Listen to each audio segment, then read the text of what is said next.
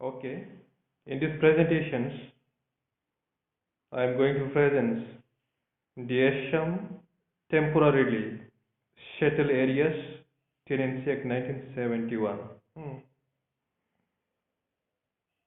Based on the land laws of Assam. It is. Here, at first, we have to know about the introductions and chief objects of this act. Here, the Assam Temporary Settled Areas Tenancy Act 1971.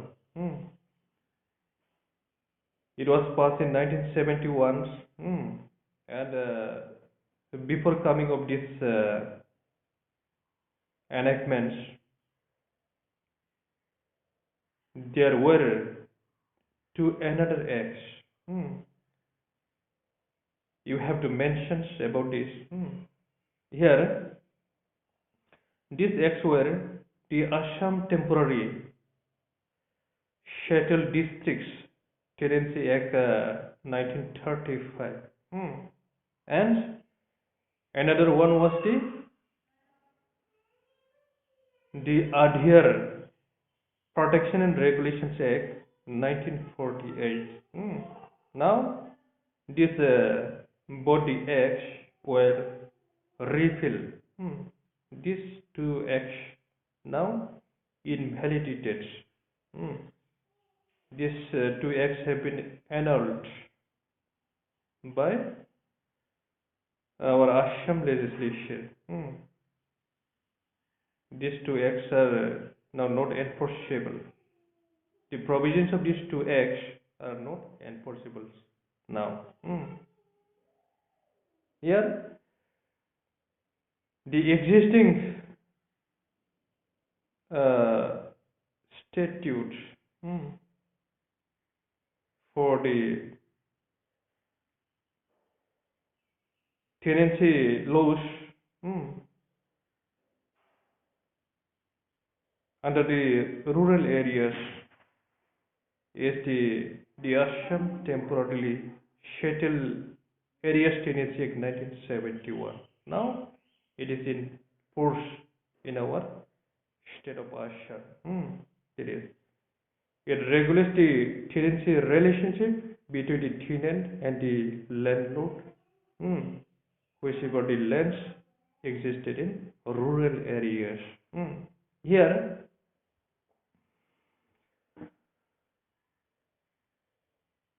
the previous enactment statutes, these were not sufficient to protect the status of the tenants against the arbitrary ejectment of the landlord. Here, and the landlord, he has been taken the recurrence, that is the excessive rent, which was not reasonable, uh, which was the arbitrarily deed of the landlord. That is, that's why the new enactment of 1971, it has given protection to the tenants, to the rural areas, which are possessing the lands for the cultivation purpose. That is, here now this tenants also most remarkable feature, most important feature under the new Act of 1971. Yeah, with the help of these provisions, now the tenancy, they can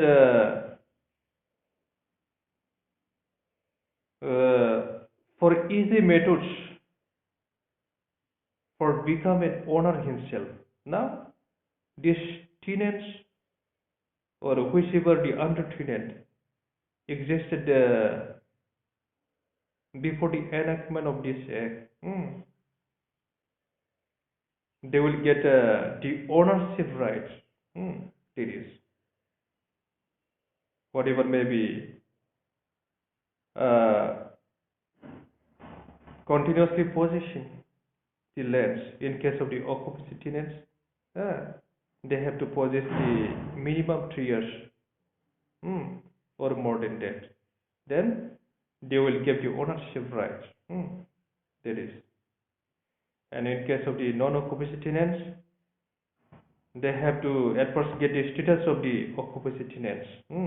After that, they will get the status of the ownership rights on this holding of lands in rural areas for the purpose of cultivations, for the purpose of agriculture.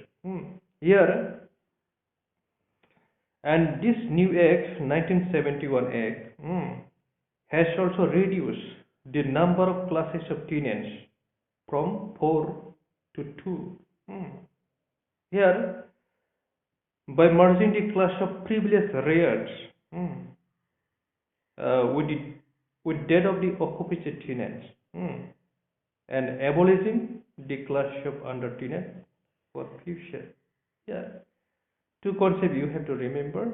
Before the coming of this Act 1971, there was the concept of the privileged rare who had been holding the lands for more than 12 years. They could obtain the status of the privileged rare.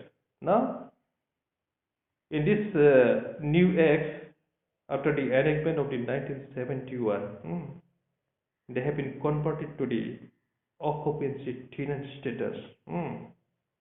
Now, and the period of the 12 years also reduced to the 3 years.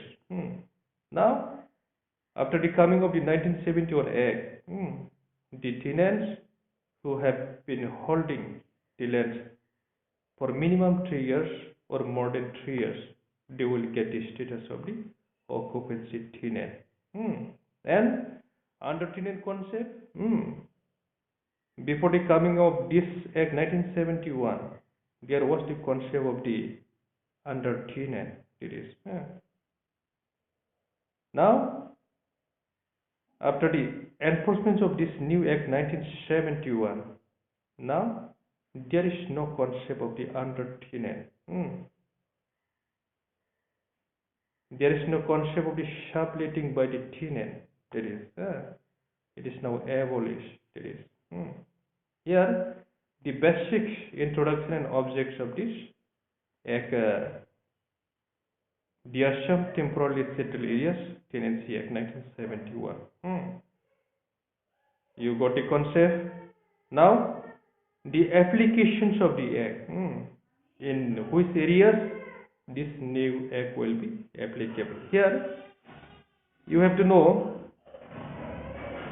this Act will be applicable to the areas, to the old districts of Kamrup, Dorong, Nagaon, Shivsagar, Lakhimpur, Dibrugarh, Silchar, Hailakandi subdivisions and the temporarily settled parts of Karimganj subdivision of Kasar district and the temporarily settled circles of Bijni, Shidli and Gosaigao of Gwalpara district. Here, under these areas, under these rural agricultural lands, this Act will regulate the tenant and landlord relationship. That is, here, this new Act applies only to agricultural tenants and their landlords in rural areas. That is, and the rights and liabilities of non-agricultural urban tenants are regulated by another Act, namely the Assam Non-Agricultural Urban Areas Tenancy Act 1955. And for the Non-Agricultural Urban Areas Tenancy Act, there are the another Act, that is the Non-Agricultural Urban Areas Tenancy Act 1955. That is got the two concepts of the tenancy laws. One is for the rural areas, tenancy law, which are for the agricultural purpose in rural areas. And another one is the tenancy laws in the urban areas. That is, that is in the town areas, which will be notified by the respective municipal authority of these town areas. That is, we got this concept. Now the exemption first, in which areas of lands the Assam temporarily settled areas Tenancy Act 1971 will not be applicable. It is here. Section 2 of this Act, it expressly given the provisions that number one, land included in any reserve forest. Here, these provisions will not be applicable. And the lands owned by the unions or the state governments or by any local authority for any public purposes. And thirdly, land reserved for professional grazing, village grazing, or recreation grounds, burial or cremation grounds, road, canal, drains, embankments, or their maintenance, or for any other public purposes. What about the lands for the professional grazing? It means for the animals eating or animals feeding for the purpose of the grass grazing for the animals under these areas, under these lands, the provision of this act will not be applicable. And the land which is non-agricultural and situated outside the town land area, and this makes the act non-applicable to non-agricultural tenants of rural areas. In rural areas also, the lands which are not for the purpose of agriculture, whatever we have mentioned, that professional grazing and village grazing and a recreation ground and a burial cremation ground, road, canal, drained, embankment, or their maintenance, or for any other public purpose. These are not for the purpose of agriculture. These are the non-agricultural purposes lands. In these lands, the provisions of this Assam Temporary Settled Areas Tenancy Act will not be applicable. Hence, land comprised within estates settled for special cultivations only, so long as such lands are used for special cultivations or for purposes ancillary thereto. For the special cultivations, like it comes under the factory building and the stuff building, including labor lines and the road, bridges, drains, and the nurseries, including shade trees, and the hospitals, dispensaries, crashes, recreation club, and playgrounds, and any other building under statutory requirements and shade and the tea estates under these areas. The provisions of this Assam Temporarily Settled Area Tenancy Act 1971 will not be applicable. And the land included in the townlands, it is also included. It is also excluded. It is. Here, up to this, we got the exemption part under this, under which areas of lands, although it may become under the rural areas. it will not be applicable. There will be no tenant and landlord relationship under these areas of land, although it may be rural areas. And now the some interpretation clause we have to know that is regarding the lands. Under this, what is the main provisions of the land?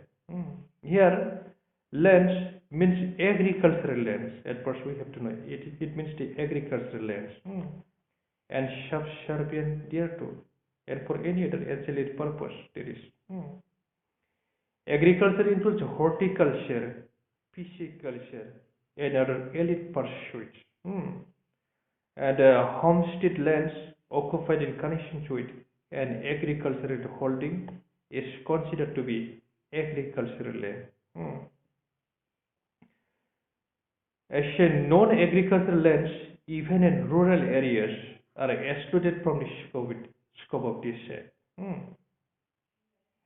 Non-agricultural tenants in bazar areas of villages seem to get no protection under this Act. They do not seem to get protection under the Assam non-agricultural urban areas tenancy Act either. There is. Hence, thus the position of a non-agricultural tenant in rural areas and that of an agricultural tenant in urban areas seem to be insecure. There is. Yeah. The definitions of the lands, purpose of the lands. Here we have got the distinctly, clearly. There is. Yeah. Whatever may be the rural areas which are not for the purpose of the agriculture, it doesn't come under the 1971 Act. And whatever the non-agricultural lands under the town area, this is also under this concept also the provisions of the non-agricultural urban areas tenancy Act, it will not be applicable. That's why we got that thus the position of a non-agricultural tenant in rural areas and that of an agricultural tenants in urban areas seem to be insecure. Whatever the agricultural tenants which comes under the town areas, these are the insecure because these are excluded from the 1971 Act and the non-agricultural urban areas tenancy Act 1955. Now, this concept we got. Now, the concepts of ownership and tenancy interpretation clause. Here, a tenancy Act regulates the relationship between the landlord and the tenant. Here, the landlord owns the lands, that means who have the legal title, and the tenant cultivates that lands and pays rent for cultivating that land. It is important to clarify the legal concepts of these three most important words, that is the landlord, tenant, and rent, which form the principal subject matter of the Act. At first, we have to clarify the main words landlord, tenant, and rent, which is the main principal subject of this Tenancy Act 1971. Here, landlord means a person immediately under whom a tenant holds but doesn't include any government. Here, and the tenants. Tenant means a person who cultivates or holds the lands of another person and is but for a specific contract expressed or implied would be liable to pay rent for that lands to that other person. That means to the landlord. And includes a person who under the system generally known as uh, the Adhi. Whatever before the coming of this Act 1971, this concept was known as the Adhyar. That is, whether the Gushi, Adi, Guti, Adi. This concept. Here, the tenant that means to have been possessed the other lands for the purpose of cultivations. The landlord that means who have the legal title of these areas of land. And the rent means whatever is lawfully payable or deliverable by the tenant to the landlord in cash or in kind or partly in cash or partly in kind, whether a fixed quantity of produce or as a share of the produce on account of use, occupation of the lands, or on account of any rights in the land held by the tenant. Yeah, the rented means for the cultivations of the land, tenant must have to pay to the landlord. It may be in produce of the crops, sharing of the crops. It may be in cash. It may be in money. It may be in partly money and partly the crops. It is whatever they have agreed between the two parties, between the landlord and the tenant. It is subject to their agreements expressly or impliedly. That is, and uh, now about the two classes of tenants, we got it under the coming of this Act 1971. There is only two classes of tenants: occupancy tenant and the non-occupancy tenant. Here, the principal objects of all the tenancy laws are to secure the three affairs to the tenants. Three affairs you have to remember. This concept, ambition of this act. Number one is the fair rents. Fair rent, that means reasonable rents. It shouldn't be excessive rent.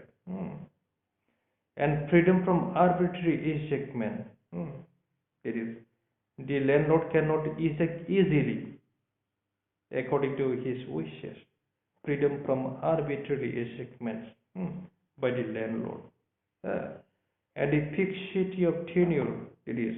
And they have the security for right of enjoyment on this holding of lands by the tenant. It is.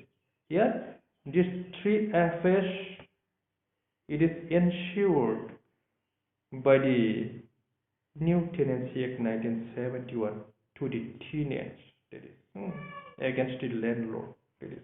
Here, now the occupancy tenants. At first, occupancy tenants. Here, now an occupancy tenant is a tenant holding immediately under the proprietor, landholder, or settlement holder other than landholder and having a right of occupancy and the lands held by him. That is.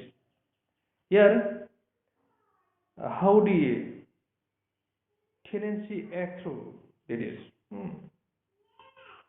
How the tenancy right arise. How the tenancy right become enforceable. Here, now this occupancy tenant rights become enforceable after the tenant he has been continuously holding for minimum 3 years. For minimum 3 years, or more than 3 years. That is, yeah, a person who, for a period of not less than 3 years, hmm, has continuously held land as a tenant shall have a right of occupancy in that land. Must be minimum 3 years or more than that. Then only a tenant shall get the status of the occupancy tenant. And this period of 3 years may be by wholly or partly before or after the commencement of the share. Here, these 3 years shall be calculated in some extent. If the sub tenant they have been existing before the coming of the 1971, they may be occupied 1 year before the coming of this 1971 Act, and 2 years after the coming of this Act 1971. Now it is collected uh, 1 year plus 2 years after the enactment of 1971. If the total period now become the 3 years, they will entitled to get the occupancy tenant. It is here. That's why the period of 3 years may be wholly or partly before or after the commencement of this act. Here, and a person shall be deemed for the purpose of section 5, subsection 1, to have continuously held land under a landlord, notwithstanding that a particular landlord under whom he held the land was different at different times, provided the land held by him was the same time. Yeah, this subsection provides that here, if the tenant he has been holding different plot of lands of the same landlord at different times, yeah, it will be calculated as shame as a continuously holding his land, and it should be minimum 3 years or more than that. Then he will get the status of the occupancy tenant. That is, and a person who shall be deemed for the purposes of this section to have held as a tenant any land held as a tenant by a person whose heir he is. This subsection provides about the legal heir, that is the representative of the deceased expired tenant. If one tenant has expired or dead, in these cases, whatever the legal heir or representative of the tenants, they will inherit this occupancy tenant. Yeah, the calculation of the period will be same instead of the deceased tenant. And next subsection, if a tenant recovers possession of his holding under any law in force, any period during which he might have been out of possession shall count towards the period specified in subsection 1. Yeah, this subsection provides about some disputed matters. If the landlord and the tenants they have some disputes regarding the possession of the lands in the civil court. Now, if the judgment is in favor of the tenant, yeah, now the calculation of the period will be controlled all this period from the starting of the positions and during the moment of the litigations, including all, if it becomes the minimum 3 years or more than that, then the tenant, he will get the status of the occupancy tenant. And the most important points you have to remember, the period was previously 12 years, which the new act has reduced to only 3. Whatever we got it in case of the previous year, yeah, the minimum period was 12 years for the getting of the status of the occupancy tenant.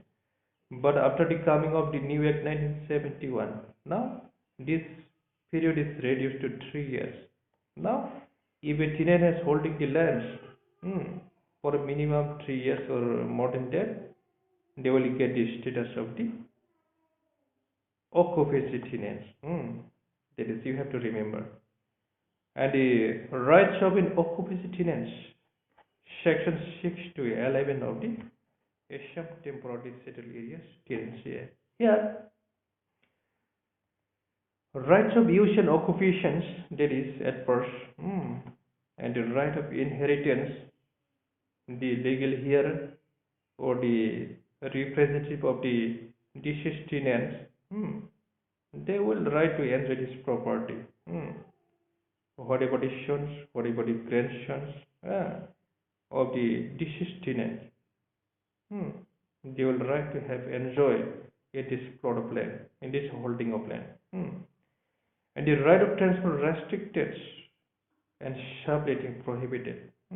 Here, the rights of an occupancy tenants are also transferable with prior permissions of the government and with notice to the landlord. Right of transfer is given to the occupancy tenants, but with the prior permission from the government, and notice must be given to the landlord. But he cannot transfer his holding to a non-agriculturist. But the occupancy tenant, he cannot transfer his holding to non-agriculturist tenant. That means the tenant who has no ambitions to cultivate this plot of land, it cannot be transferred for the other purpose. That is, it must be for the agricultural purposes. Then only occupancy tenant can transfer this plot of land. Here, an occupancy tenant has no right of subletting. Subletting, that is the under tenant concept by the very new Act 1971. This under tenant concept has been abolished. That is, now there is no further concept of the subletting, that is the under tenant. Here, and the right to use the lands in any manner. Yeah, an occupancy tenant has the right to use the lands in any manner which doesn't materially impair the value of the lands or render it unfit for the purpose of tenancy. That is, it should not be materially impair. It should be used in the good purpose by the occupancy tenant as a ordinary prudent man. His activations, his cultivations, it doesn't cost him materially impair and unfit for the holding of this land. That is, and rights against arbitrary ejectment. That is, and ejectment on the grounds mentioned at subsection 4 above or any other ground can take place only through the procedure laid down in chapter 9 of the Act, that is only in execution of an ejectment decree passed by a competent civil court. Now, the protection to arbitrary ejectment, it is ensured by this new Act. If the landlord, he has to eject the tenant. Then he has to comply with some procedure. That is, and he has to obtain a decree hmm, from the competent civil court. That is, then only tenant can be ejected by the landlord. And right to trace here, an occupancy tenant is entitled to plant trees and enjoy the flowers, fruits, and other products thereof, and to fair utilize and dispose of any tree which grows during the tenancy. Yeah.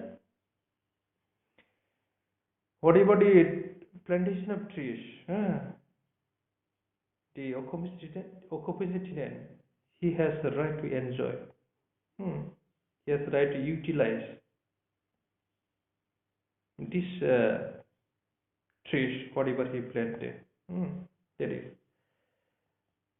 these are the rights of the occupancy tenants. Now the obligations of an occupancy tenant. Here, obligation to pay rent. That is number one obligation of the occupancy tenant. Here, an occupancy tenant is obliged to pay rent to his landlord at a fair and equitable rent. Whatever the fair and equitable rent, it must be paid by the tenant to the landlord during the possession of the land. Here, obligation not to sublet. That is, here the occupancy tenant, he cannot be sublet his holding of land. He cannot be given to other tenants. Here, an obligation not to transfer under certain circumstances. Here, he cannot transfer to a non-agriculturist. Transfer even to agriculturist requires prior permissions from the government and notice to the landlord. That is, here, an obligation not to damage the lands. Here, he must be very sincere that his cultivation of lands that it may be amounts to materially impair the land. It should not be like that. It should be very cautious during the cultivation of the land. That is. And now the non-occupancy tenants here. Here, non-occupancy tenants, these are the tenants who has been holding for less than period of 3 years. Period of less than 3 years, who are holding the land of others, that is, against the landlord. They are the non-occupancy tenant. Here, rights of non-occupancy tenants. Here, right of use and occupation. This right, and right of inheritance. They have the right of inheritance during the continuance of the possession of the tenancy. They are legal here. They are representative. They have rights to inheritance. That is only during the continuance of the tenancy. And no right of transfer. They cannot transfer the lands. It is expressly given. Non-occupancy tenants, they have no right to transfer the land. And no right of subletting. They cannot sublet. They cannot give under tenant. That is. Now the obligations of an occupancy tenant. Yeah. The obligations of the non-occupancy tenants. Non-occupancy tenants must have to pay rent to the landlord. Whatever is the fair and equitable rent. Fair and equitable rents must be paid to the landlord. This is the obligation of the non-occupancy tenant. Now,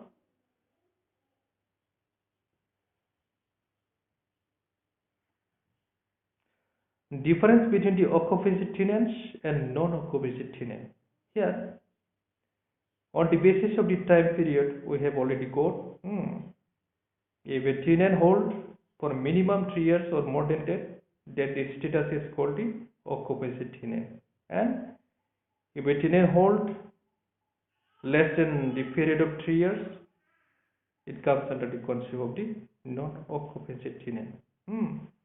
And on the basis of the acquisition of ownership rights, here, an occupancy tenant can apply for acquisition of ownership rights under Section 23 of the Assam Temporarily Settled Areas Tenancy Act 1971.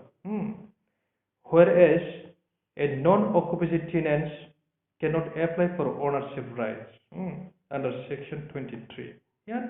Only the occupancy tenants under the express provision of Section 23, they have right to apply for the ownership rights. But the non-occupancy tenants, they have no such rights. And on the basis of the right of lands, distinction between the occupancy tenants and non-occupancy tenants. Here, an occupancy tenant has permanent, transferable, and heritable rights, whereas a non-occupancy tenant doesn't have any permanent, transferable, and heritable rights over land. That is, as regards a heritable right, it exists only till the tenancy continues. In case of the non-occupancy tenants, whatever we got the right to inheritance, it continues only till the continuance of the tenancy by the non-occupancy tenant. That is, they can be ejected at any time by the landlord. If the landlord is ejected in non-occupancy tenant, then there is no concept of the heritable rights by their legal heir, by their representatives. This concept. Here, up to this, we clearly discuss chief objects of the Assam Temporarily Settled Areas Tenancy Act 1971, that is the new act, and the application of the act, exemption of the act, and the some interpretation clause, and the occupancy tenants and the non-occupancy tenants, and distinctions between these two classes of tenants. Okay, that's all.